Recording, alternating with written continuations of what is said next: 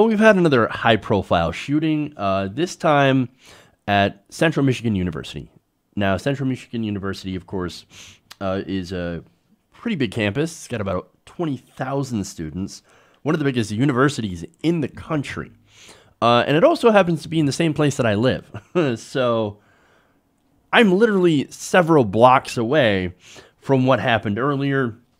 And what happened, of course, is that there was a young man by the name of, and this is the only time I'm going to say that, James Eric Davis. Now, he's a 19-year-old student who was enrolled in the college, and of course, he went to the college earlier this morning and shot 2 people. Now, what happened is the reports are that he didn't shoot any fellow students, that this wasn't like your typical, and I hate saying this because there's nothing typical about this, but in America, we have a school shooting or a mass shooting like every couple of days, it seems like.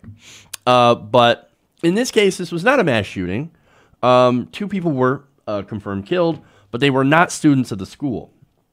So allegedly what happened is that this was a domestic incident. That's what they're calling it. This is Larry Kloss of the CMU campus police. Quote, "We believe the situation was a domestic type incident." And then, of course, they said, well, he's been running off somewhere. So the shooter is literally still at large. They have not caught the guy yet. Officer Jeff Brown of the Mount Pleasant Police Department said, quote, "We believe the subject is in the city limits now." So, great. Now, Kloss did not say what sparked the shooting, but said the police had contact with Davis overnight for a drug-related incident of some kind. Davis was taken to McLaren-Macomb Medical Center and released.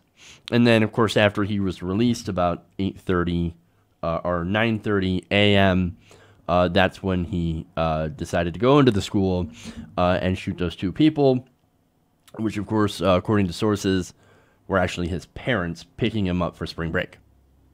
So, again, this is not a mass shooting. This seems to have been personal, possibly related to something to do with drugs or something. I don't know. Again, with a lot of these shootings, a lot of the details are very, very hazy, and we don't tend to know a lot. But this gets me to the greater point. You think it's not going to happen in your area. I mean, look, you hear people all the time, oh, it's terrible what's going on. But it's never going to happen here, right? No, it will happen.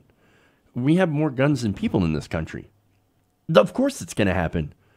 It will eventually make it to your neighborhood. And again, it doesn't always have to be a mass shooting.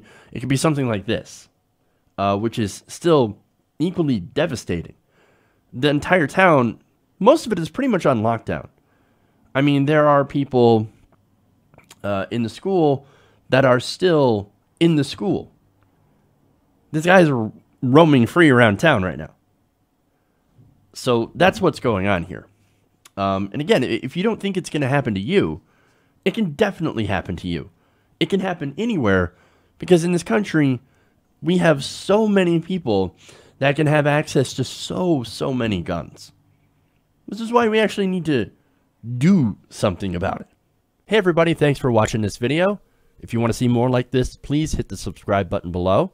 And if you want to support truly independent progressive media, please consider becoming a patron at patreon.com/TYTNation.